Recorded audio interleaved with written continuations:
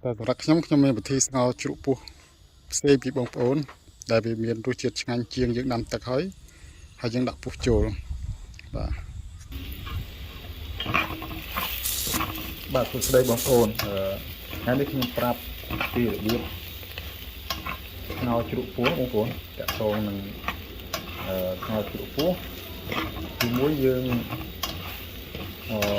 លីងកជាមួយនឹងគល់ស្លឹកគ្រៃស្លឹកក្រូចសើចស្លឹកអីបងប្អូនជាមួយនឹងខ្ទឹមជាមួយនឹងដេងយើងលីងឲ្យវាឡើងជាងឈ្ងុយអញ្ចឹងទៅហើយចាំយើងដាក់ទឹកពោះចូលបងប្អូនបង្ងាស់ឲ្យចេញទឹកព្រៃ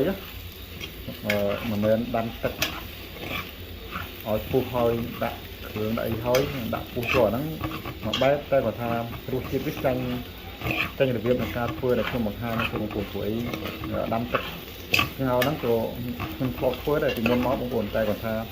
ពេលដែលយើងធ្វើរបៀបដែលបង្ហាញឲ្យបងប្អូនមើលនេះគឺរសជាតិវាម៉ាត់ជាងហើយវាកាត់ក្លិនស្អាតព្រោះសាច់ព្រៃវាមានក្លិនស្អាតខ្លាំងបងប្អូនអញ្ចឹងធ្វើរបៀបដែលខ្ញុំបង្ហាញបងប្អូនជំនាញថាដឹងតែឆ្ងាញ់ហ្មងបងប្អូនបាទហើយចាំមើលវីដេអូបន្តទៀតខ្ញុំនឹងបង្ហាញបងប្អូននេះយើងមានអង្រែសម្រាប់ដំប្រវែកសាច់ចិនភ្នងហ្នឹងបាទ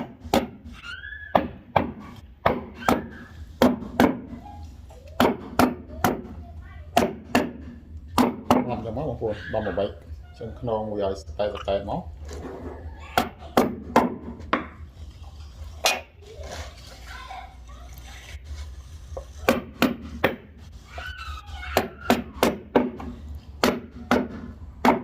ពេលយើងបបែកឆ្អិនខ្នងវាហើយបងប្អូនយើងកាត់ជាកង់បាទតាមចំណងចំណុចបងប្អូនចង់បានប៉ុណ្ណាស្ដាយបងប្អូនបាទយើងយកໄວទាំងមកបានទេបងប្អូន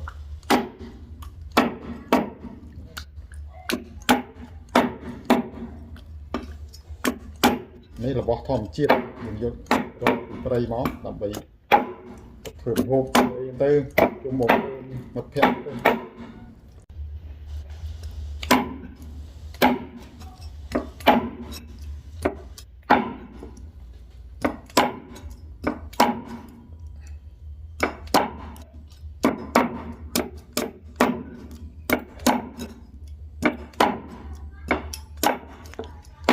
អូខ្ទាតដល់ហើយបងប្អូន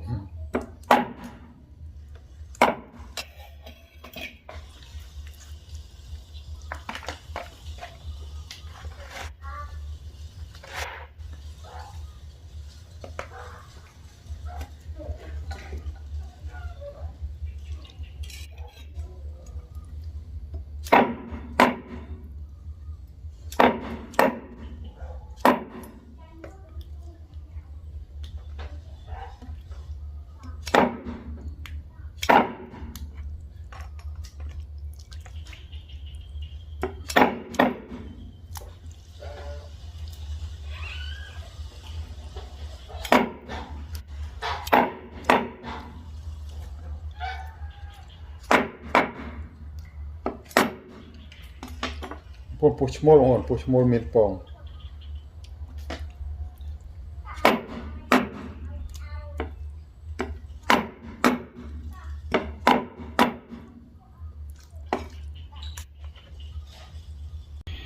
នេះបងប្អូននៅពេលដែលយើងកាត់ពីហើយបានតែប៉ុណ្ណឹងពោះនេះ1គីឡូជាងបងប្អូនបងប្អូនពេលដែលយើងចង់ឲ្យវាឆាប់ផុយយើងមានតកកអណ្ដុំអញ្ចឹងទៅដាក់ដើម្បីស្ងោរទៅវាឆាប់ផុយសាច់បងប្អូនបាទឥឡូវយើងដាក់ពុះចូលទៅ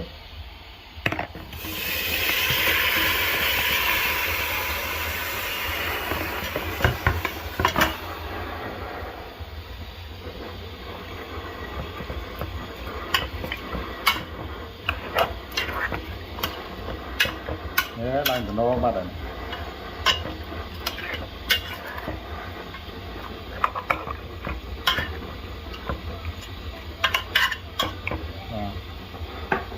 แล้วបន្តមកទៀតយើង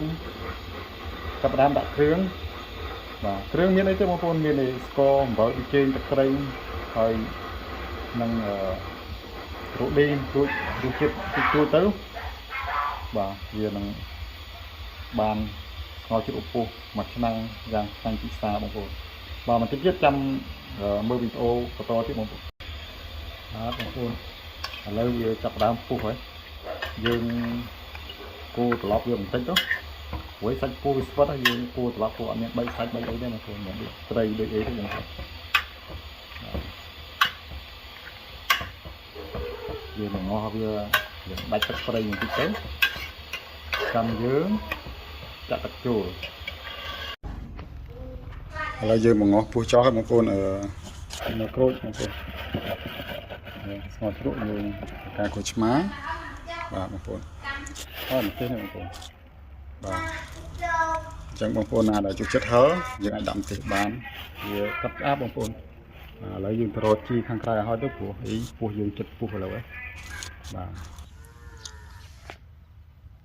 ខែនេះជីដាំអត់សូវដល់បងប្អូនដោយសារតែខែនេះវាទើបធ្លាក់ភ្លៀងអញ្ចឹងទៅជីយើងវាមានតែល្មមមកស្ងោរជ្រក់បានបងប្អូននេះបើម្រះព្រៅនេះយើងឆាក្តៅឆាអីបបោបងប្អូននៅខាងមុខក៏មានដែរឥឡូវយើងចេះបេះជីនាងវងបងប្អូនស្ងោរជ្រក់ជីនាងវងគឺឈ្មោះជាងគេមួយចំណោមជីទាំងអស់ដែលយើងយកទៅស្ងោរជ្រក់ណាបងប្អូនបាទហើយបេះជីនាងវងតិចទៅស្លឹកខ្ទឹមតិចទៅបងប្អូនស្លឹកខ្ទឹមតិចទៅបានមួយឆ្នាំងដែរបាទជីនាងវងស្លឹកខ្ទឹមនេះតរេនបងប្អូនតរេនសុកសេដាំអត់ចង់ដោះទេនៅពុកយើងនេះបងប្អូននេះស្លឹកខ្ទឹមយើងកាត់មួយដៃទៅបងប្អូនបាទតែប៉ុណ្ណេះមកយើងអាចទេស្រង់បានមួយឆ្នាំងលើបាទហើយនៅជីអាណាមួយមុខទៀតបងប្អូនស្ងោរជ្រក់យើងដាក់ជីច្រើនមុខក៏វាឈ្ងុយដែរបងប្អូន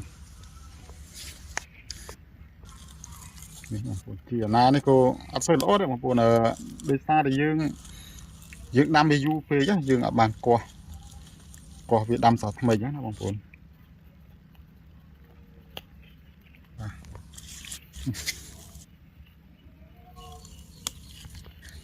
បាទបងប្អូនប៉ុណ្ណេះយើងអាច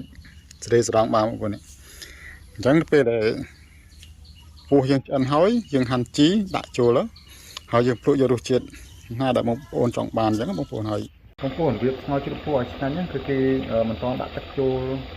ទេឲ្យវាចេញទឹកប្រៃពីសាច់ពោះហ្នឹងបងប្អូនហើយវាពុះហ្នឹងបងប្អូនពុះហ្នឹងមិនមែនពុះដោយសារយើងចាក់ទឹកទេបងប្អូនគឺដោយសារតែទឹកប្រៃដែលចេញពីសាច់ពោះហ្មងអញ្ចឹងវាពុះអញ្ចឹងហើយយើងដាក់ទឹកចូលបងប្អូនចង់បានទឹកប៉ុណ្ណាតាមរសជាតិតែបងប្អូនចង់បានទៅឲ្យវាពុះមកវគ្គទៀតហើយយើងចាប់ផ្ដើមភ្លក់យករសជាតិតែយើងចង់បានរសជាតិមុតរសជាតិសាបល្មមតាមតែបងប្អូនស្រឡាញ់បងប្អូនណាយើងចាក់ចូលឲ្យសមជាមួយនឹងសាច់ពោះដែលយើងពងស្ងោរហ្នឹងបងប្អូនបាទប៉ុណ្្នឹងទៅហើយយើងចាំភ្លក់រសជាតិមកវគ្គទៀតតែយើងចង់បានរសជាតិយ៉ាងម៉េចតាមបងប្អូនចំណងចំណូលចិត្តណាស្ករបើប៊ីចេយើងនឹងស្ងោរជ្រក់ដូចជាយើងស្ងោរជ្រក់មាន់ជ្រក់ដែរទេបងប្អូនបានថាប្រភេទសត្វព្រៃគឺយើងធ្វើយ៉ាងហ្នឹងដើម្បីអីឲ្យវាចេញអាទឹកព្រៃរបស់វាហ្នឹងហើយចាំចាក់យើងចូល